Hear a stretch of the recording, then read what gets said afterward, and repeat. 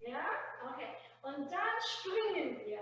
So, und Springpause und Springpause und spring und spring und dann zurück und spring und spring und spring und spring. Richtig versuche, die Füße zu überkreuzen. Ich hatte eine Hausaufgabe, ein paar Leute haben ein paar Videos geschickt und ein paar Leute so enden so fast wie Erste, musst du die Füße mehr kreuzen.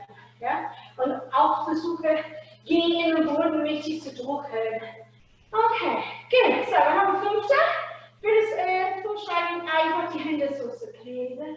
Yeah. Okay. Bleib da bitte.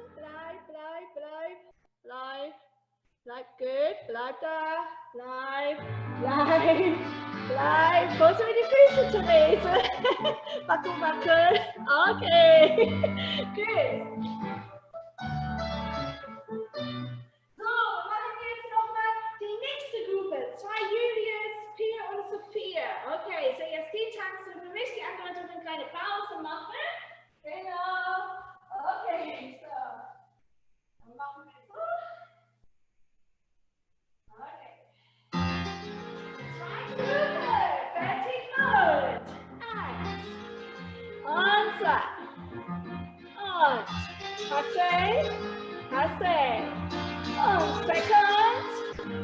second, richtig im Stammbein, Julia, hochziehen.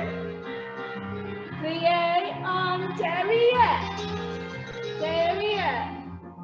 Und second, genau, Hasse, Hüfte schön still. Und second, good.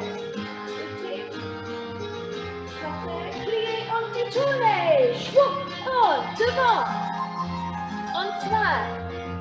Und second, Hasse, richtig denken an die Ellbogen, Sophia. Und, was machen wir jetzt wieder? Und,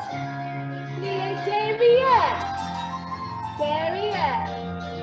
Und, gut, Hasse. Und, genau, richtig, Stammbein gut ziehen, Pia.